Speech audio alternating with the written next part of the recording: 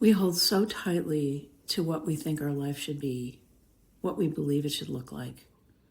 The perfect job, the prestigious career, the ideal partner, the beautiful home. We grip these expectations so firmly. This is what my life should be like. But what if you loosen that grip? What if you surrendered your expectations to what could be, not what should be? Surrender doesn't mean giving up. It doesn't mean becoming passive or letting life happen to you. Surrender is an act of deep trust. It's releasing the rigid picture in your mind so that life has space to show you something different, maybe something better, maybe something you hadn't even imagined yet. Because the truth is, our expectations can become blinders.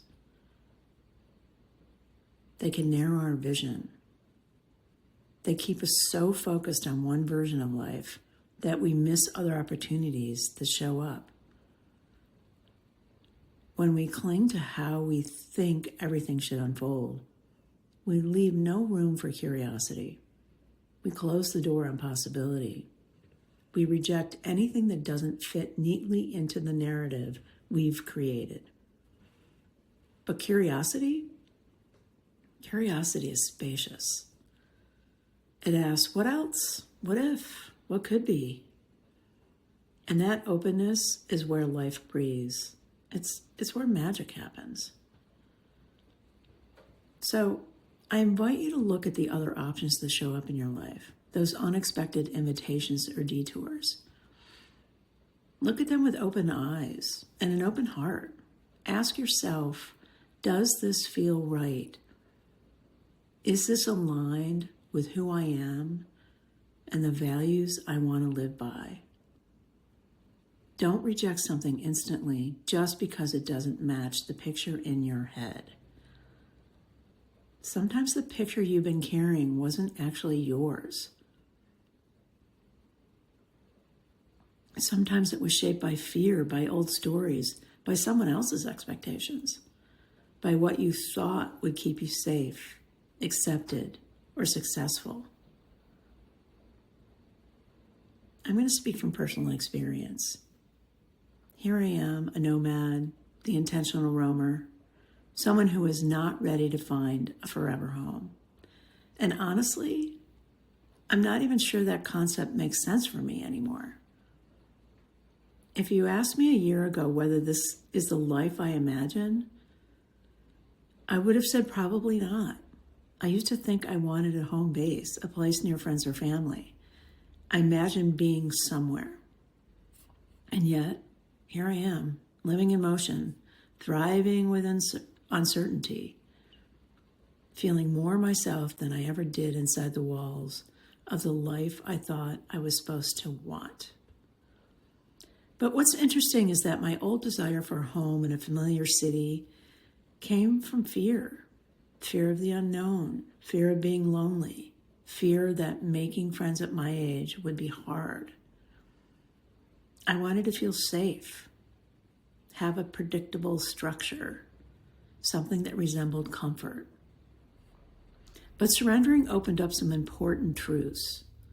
I realized that I will make connections wherever I go. I will meet people who feel like home. I will build community wherever I am. And I will find belonging without needing a specific place to anchor it. Because I'm curious, I'm open. I'm no longer planning every minute or trying to control every outcome. And living this way, it feels like the truest expression of me. When the choices you make are aligned with who you are and what you value, the path unfolds without force. There's effort, of course, but not so much struggle. There's movement, but not frenzy. That's the beauty of surrender. It allows something to surface that makes sense in a way that the old expectations never did. It creates space for a life that isn't manufactured by fear, but guided by trust. So ask yourself today, where am I gripping too tightly?